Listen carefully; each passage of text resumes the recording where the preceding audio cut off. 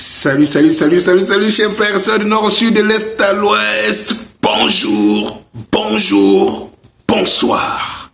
Je me lève le matin, je regarde les informations et je découvre, tenez-vous bien, comment Joseph Désiré Kabila, ancien président du Congo, fils de Laurent Désiré Kabila, a vendu le Congo Kinshasa.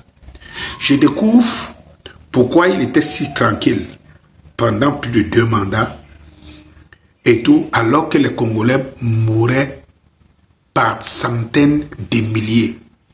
Chers frères, peuple congolais, le moment est venu de sonner le glas. Oui, de sonner le glas. Je découvre à travers les articles de la Constitution que la Constitution a été taillée de mesure sur mesure, comme d'habitude, et cette Constitution mettait dans ses articles, je crois 51, 52, 217, que en fait, le Congo, la RD Congo pouvait céder une partie de son territoire. Et ils mettent dans l'encadrement pour l'unité africaine. Mais pour qui?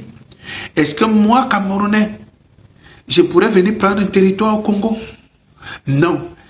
Et des articles qui privilégient les minorités et qui disent que le territoire n'appartient pas à un peuple. C'est-à-dire qu'il y a des articles dans la constitution congolaise qui donnent des fourmis. En fait, les Congolais sont là, ils ne se rendent pas compte pourquoi et comment on a organisé. Je commence à me poser des questions si Laurent Désiré Kabila était congolais ou bien il était rwandais. Je me pose cette question et il faudrait bien que vous vous la posez, vous.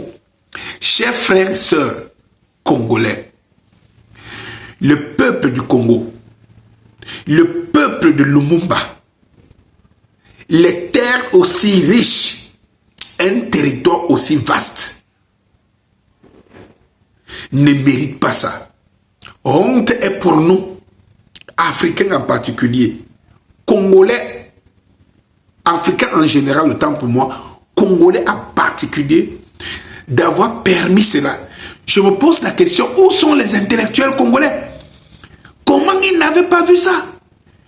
Comment ils n'avaient pas expliqué ça aux populations? Je me pose des questions. Mais quel est cet État qui met dans sa constitution qu'il peut céder une partie de son territoire? Quel est cet État?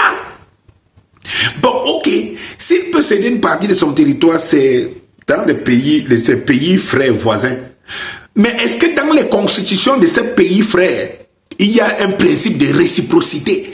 Comment c'est le Congo, Kinshasa, qui peut se mettre dans sa constitution pour l'unité des pays de la sous-région? Est-ce possible? Quel marché de dupes? Et ça a été signé sur Laurent Désiré Kabila. Chers frères et sœurs, ceux qui me disent, qui m'écrivent pour me faire comprendre que Félix Tshisekedi fait de la manipulation pour des élections, je vais vous dire une chose.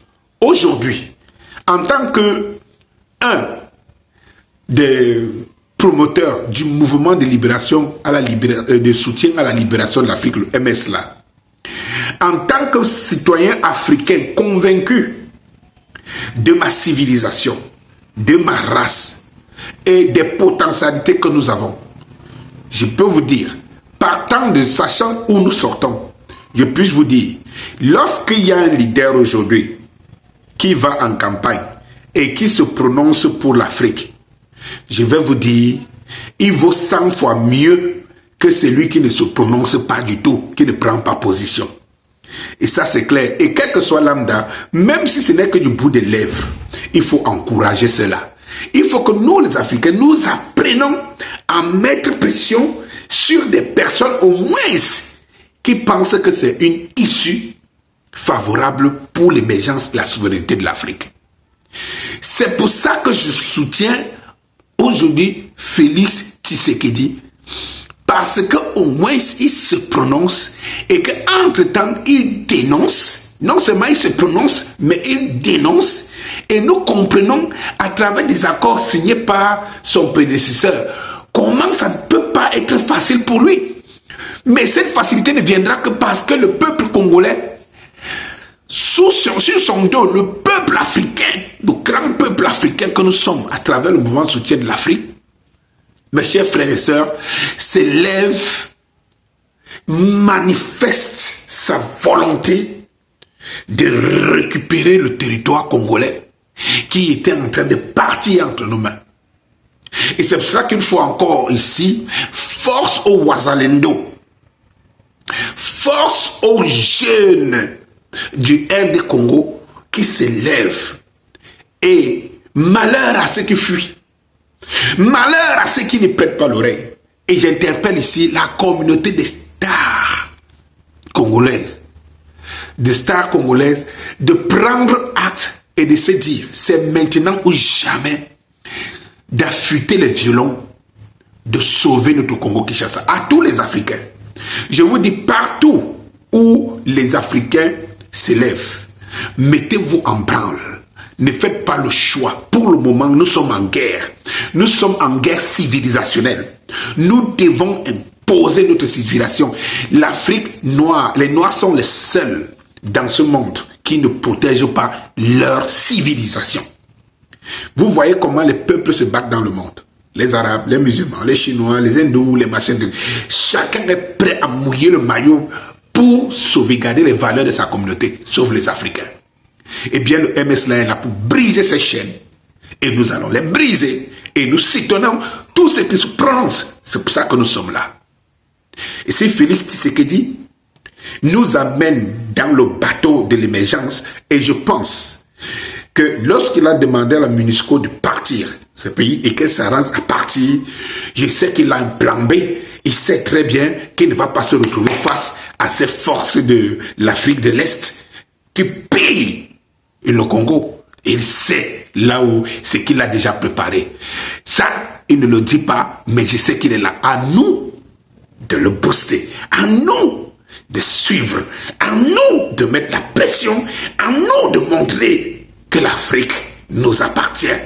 Parce que si le Congo a son émergence, se développe, même moi le Camerounais, Sénégalais, qui que ce soit africain, le pèlerinage sera là-bas. Et le tourisme sera là-bas. Et c'est une fierté africaine. Bonsoir, Danny Scorpio, c'est moi.